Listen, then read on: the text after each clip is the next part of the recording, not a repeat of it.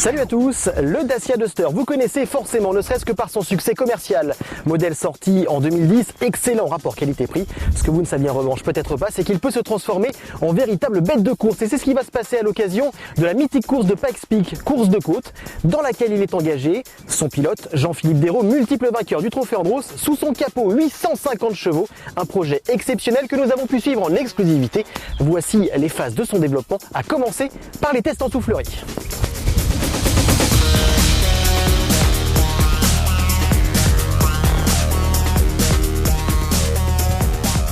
Alors en fait le projet, je l'avais en moi depuis longtemps puisque j'avais vu à l'époque des images d'Harry Vatanen faire cette montée et ça m'avait vraiment impressionné. J'avais trouvé cette course vraiment extraordinaire avec des paysages magnifiques, avec des voitures super puissantes. J'avais trouvé ça vraiment extrême et je me dis un jour je ferai cette course.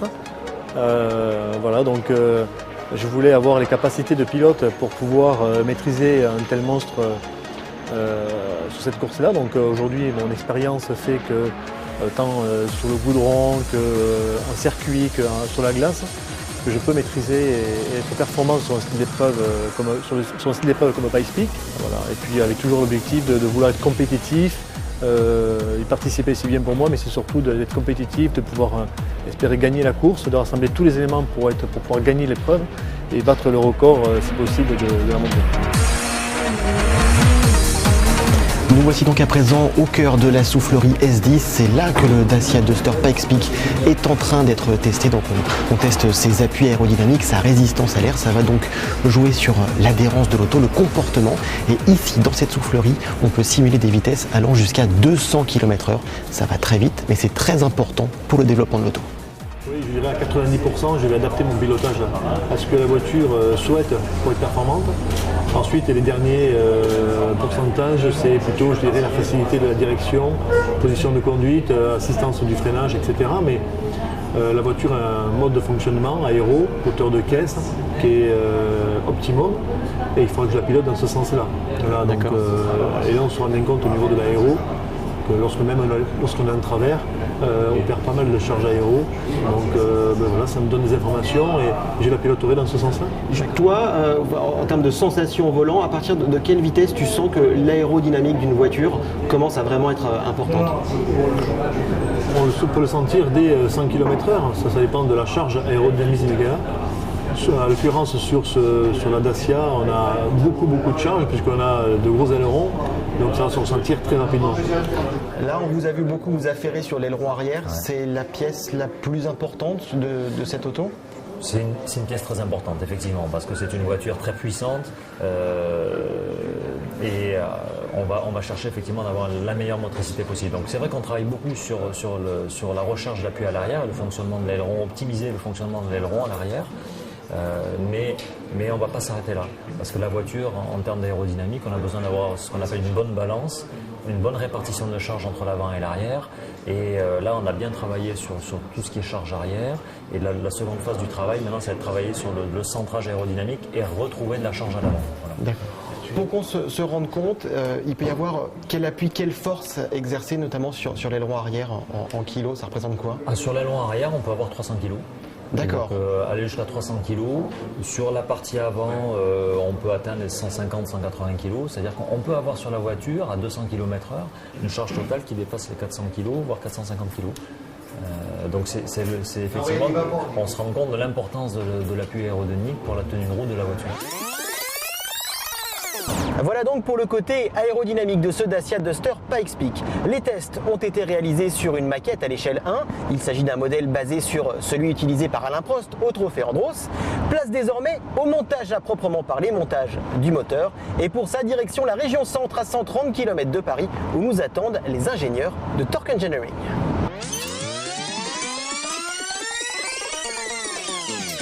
Alors Torque Engineering, vous ne connaissez peut-être pas, pourtant c'est une société française relativement connue dans le sport automobile. Elle a notamment à son actif 2 titres de champion du Trophée Andros avec Alain Prost.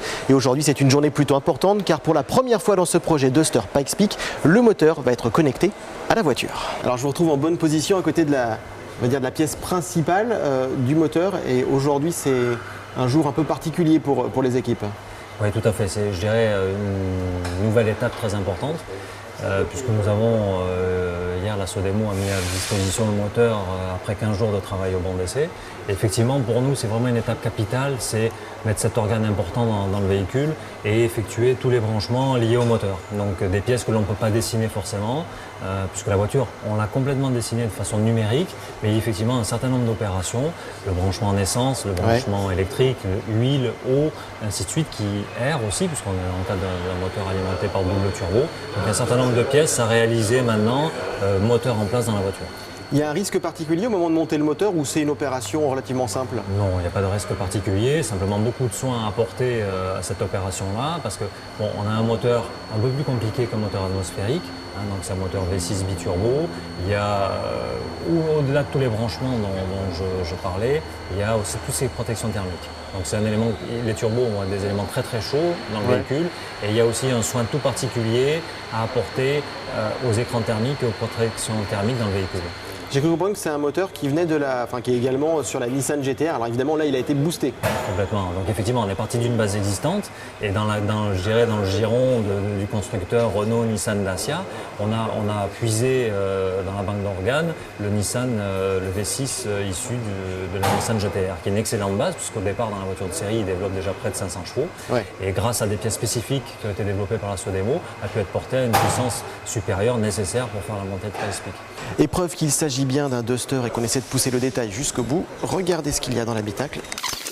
On retrouve, alors évidemment il faut avoir l'œil, mais on retrouve le tableau de bord du Duster et même une entrée d'air supplémentaire qui a été rajoutée ici pour permettre à Jean-Philippe Desraux de bien respirer dans l'habitacle.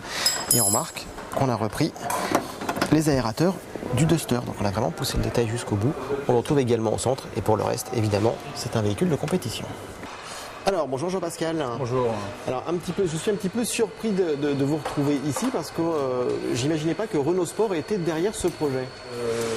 Le projet a démarré sur une sollicitation de Jean-Philippe Desraux et de la même façon on a joué ce rôle d'essayer de voir quelle pouvait être notre valeur ajoutée dans ce projet, quel pouvait être l'intérêt pour Dacia. Et nous voici ici aujourd'hui devant le véhicule. Il y a tout d'abord un ingénieur de Renault Sport Technologies qui suit le projet avec Torque Engineering et qui sera présent pendant l'épreuve. Il y a aussi la banque d'organes de pièces compétition de Renault Sport qui a permis en quelques cas de faire des carry-over pertinents. Carry-over, c'est réutilisation d'une pièce d'un véhicule pour un autre. Donc on a ces synergies qui ont pu être opérées et puis par exemple dans le cadre de la soufflerie on peut aussi se servir de notre tissu de fournisseur ou des possibilités de Renault Sport pour arriver à optimiser chacun des secteurs du véhicule en totale synthèse et cohésion avec Torque. Et voilà, magie de la télévision, nous voici de retour en région parisienne pour découvrir la version définitive officielle de ce Dacia Duster Pikes Peak. D'ailleurs, entre-temps, il a été rebaptisé Duster No Limit et vous comprenez pourquoi, aucune limite, 850 chevaux, un V6, ça va déménager. Aujourd'hui, la presse vient le découvrir et ils sont unanimes, il est incroyable avec ses appendices aérodynamiques, cet énorme aileron que vous voyez derrière, on l'avait vu en test en soufflerie. Et puis à l'intérieur, maintenant, tout est prêt, siège baquet, le volant qui va bien, le levier de vitesse aussi, pédalier en alu pour le talon pointe de monsieur. C'est vraiment la Duster No Limit parce que 850 chevaux, 950 kg. En tout cas, moi de mon côté, j'ai jamais piloté une telle voiture, surtout sur une route de montagne mi-terre, mi-goudron. Ça va être vraiment extrême et je pense que très peu de pilotes ont fait ça dans leur vie. Et ça va être mon cas dans pas longtemps, donc je suis déjà impatient d'y être. Et maintenant, il nous reste à prendre la direction de Bordeaux, plutôt du moins de la région de Bordeaux, pour aller sur le circuit de Faleras, découvrir les premiers essais. Et ça, c'est en exclusivité. Le cahier des charges et le règlement technique de Pikes Peak est extrêmement simple. Il y a 3 lignes, donc on fait ce qu'on veut. Il y a juste quelques lignes au niveau sécurité pilote, au niveau instincteur également dans la voiture qui sont obligatoires. Pas pour le pilote, mais pour la forêt, parce que c'est marqué comme ça dans le règlement. S'il y a un problème sur la voiture, il ne faut pas que ça mette le feu à la forêt. Donc c'est le règlement Pikes Peak, c'est comme ça. Après, au niveau performance, que ce soit moteur, aéro, poids, transmission, pneumatique, c'est libre.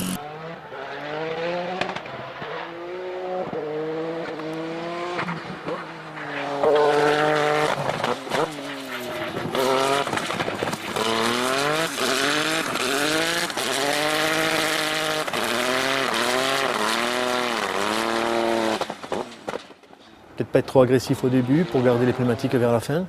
Donc on a prévu d'avoir tout un tas de stratégies avec des chronos et des partiels sur la montée pour essayer d'être constant et de ne pas être trop vite au début pour être trop lent à la fin. Donc voilà, et puis il y a aussi la partie danger, c'est une course assez dangereuse, il faut faire attention.